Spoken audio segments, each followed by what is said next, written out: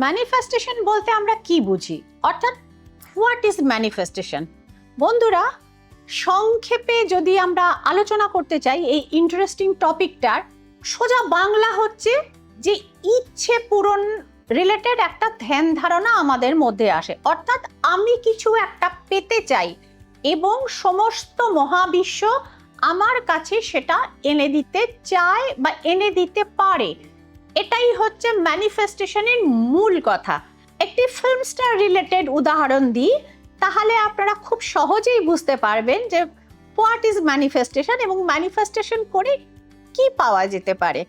সাম্প্রতিক একটি সাক্ষাৎকারে আলিয়া ভাট বলেছিলেন তিনি ম্যানিফেস্টেশন প্রয়োগ করে রণধীর কাপুরকে এবং কাপুর ফ্যামিলির বউ হওয়াটা তিনি আয়ত্ত করেছেন।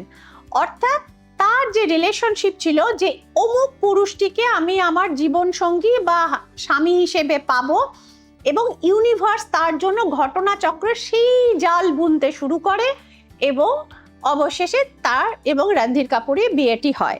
তো আলিয়া ভাট এই কথাটি কতটা সত্যি বলেছিলেন সেটা আজকে আমাদের বিষয় নয়, কিন্তু আজকের বিষয় হচ্ছে কিভাবে ম্যানিফেস্টেশন করে অ্যান্ড হোয়াট ইজ ম্যানিফেস্টেশন। তো অত্যন্ত ইন্টারেস্টিং এই টপিকটি দেখতে গেলে আপনাদের স্কিপ না করে দেখতে হবে পুরো ভিডিওটি এবং ফলো করতে হবে ট্যারট গাইডেন্স উইথ শ্রীময়ীকে।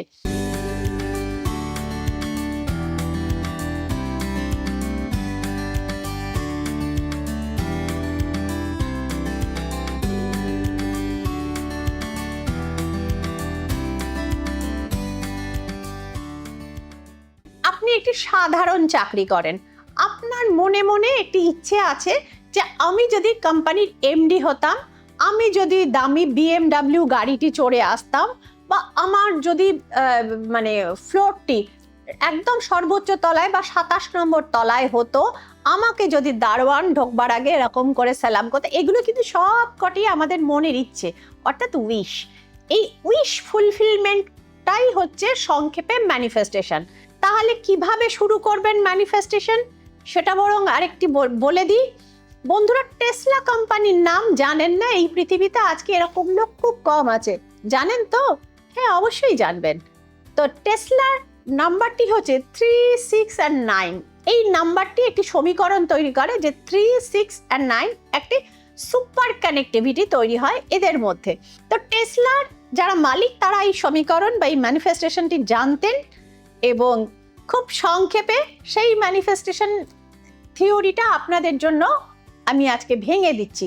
আপনারা একটি নোটবুক নেবেন এবং প্রত্যেক দিন সকালে উঠে, মানে যখন আপনি বেড থেকে নামবেন, before that and before doing the brush and all, তো 3টে লাইন লিখবেন যে ধরুন আই অ্যাম ভেরি রিচ, মানে, এবং এটি এমনভাবে লিখবেন যাতে একটি মানে I want to be rich লিখবেন না, মানে এমনভাবে জিনিসটি করতে হয়। এটাই ম্যানিফেস্টেশনের মূল নিয়ম, যেন এটি আপনার সঙ্গে ঘটেছে বা বর্তমান, যে I am very rich, I am very attractive, I am owner of a BMW।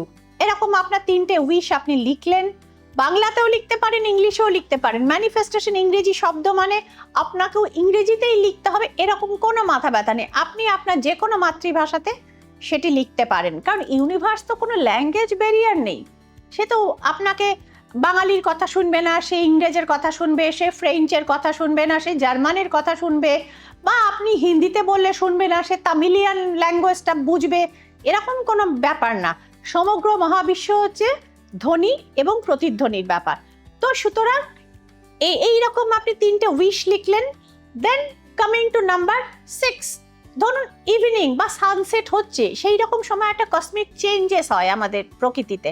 তো সেই রকম সময় আপনি আবার আপনার ডায়েরিটি বার করুন এবং এবার 6টি উইশ আপনার লিখুন, বা 6টি যে জিনিস আপনি নিজের মধ্যে ফিল করতে চান ফিউচারে, সেইগুলো লিখুন। যে I am owner of a BMW, I am owner of A 27th floor office, হ্যাঁ, এবং এইরকম নানা রকম।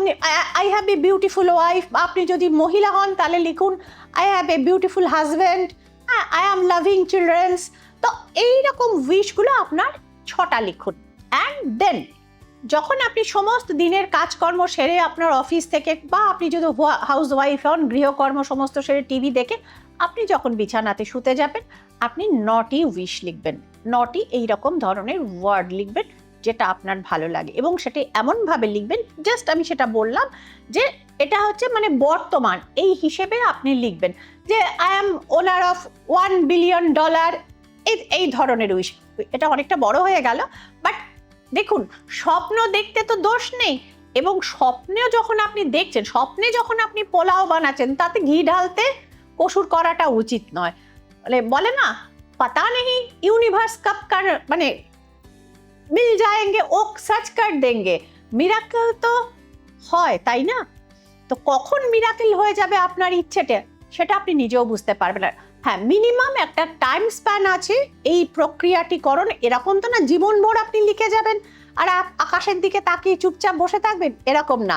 ম্যানিফেস্টেশনের নিয়ম হচ্ছে minimum 21 days you have to follow the process এইভাবে, এবং সেটা ব্লু কিংবা গ্রিন ইঙ্কে লিখলেই ভালো হয়, কারণ গ্রিন আমাদের মানে সে বলে না গ্রিন সিগন্যাল হলে তবেই গাড়ি এগোয়, তো সেরকম হচ্ছে গ্রিন হচ্ছে আমাদের পজিটিভিটির colour. Green is the colour of Mercury, যে আমাদের জীবনে মানে খুব চটপট গতিটাকে নিয়ে আসে। তো সুতরাং গ্রিন ইঙ্কে আপনি লিখবেন, এবং এটি পরিষ্কার আপনি নোটবুক নিয়ে নেবেন, যেটি সবসময় আপনার নিজের কাছে রাখবেন, নিজের হ্যান্ডব্যাগে রাখবেন বা নিজের অফিসের ড্রয়ারে রাখবেন, এবং 10 জনকে সেখানে হাত দিতে দেবেন না। এবং আপনি যে ম্যানিফেস্ট করছেন সেটাও আপনি কাউকে না জানালেই সব থেকে ভালো হয়, এটা কিন্তু নিজের কাছে রাখবেন। বন্ধুরা, এই পৃথিবীতে কিছু সিক্রেট মানুষের নিজের মধ্যে রাখা উচিত, তবেই সেটা আমাদের সাকসেস রেটকে আমাদের গ্রো করে, এবং আমাদের একটা সময়ের পর সেই জিনিসগুলো অ্যাচিভ করিয়ে দেয়।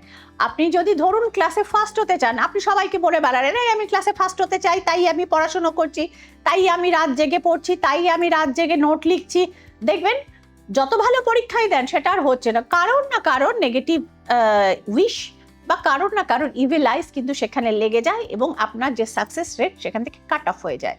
তো সুতরাং ডোন্ট ডু দ্যাট, এরকম কাজগুলো করবেন না।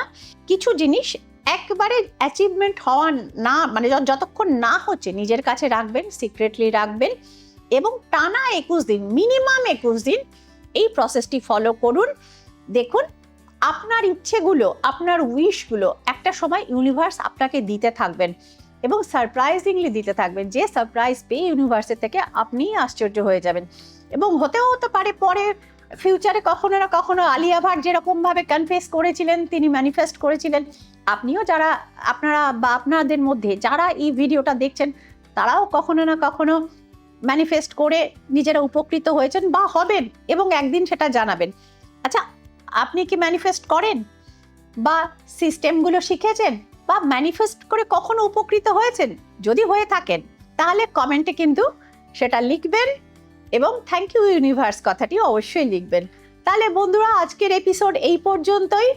আপনারা ম্যানিফেস্ট করুন, ম্যানিফেস্টেশনের ফল পান, এবং লাইফে সাকসেসফুল হন। Thank you so very much. নমস্কার।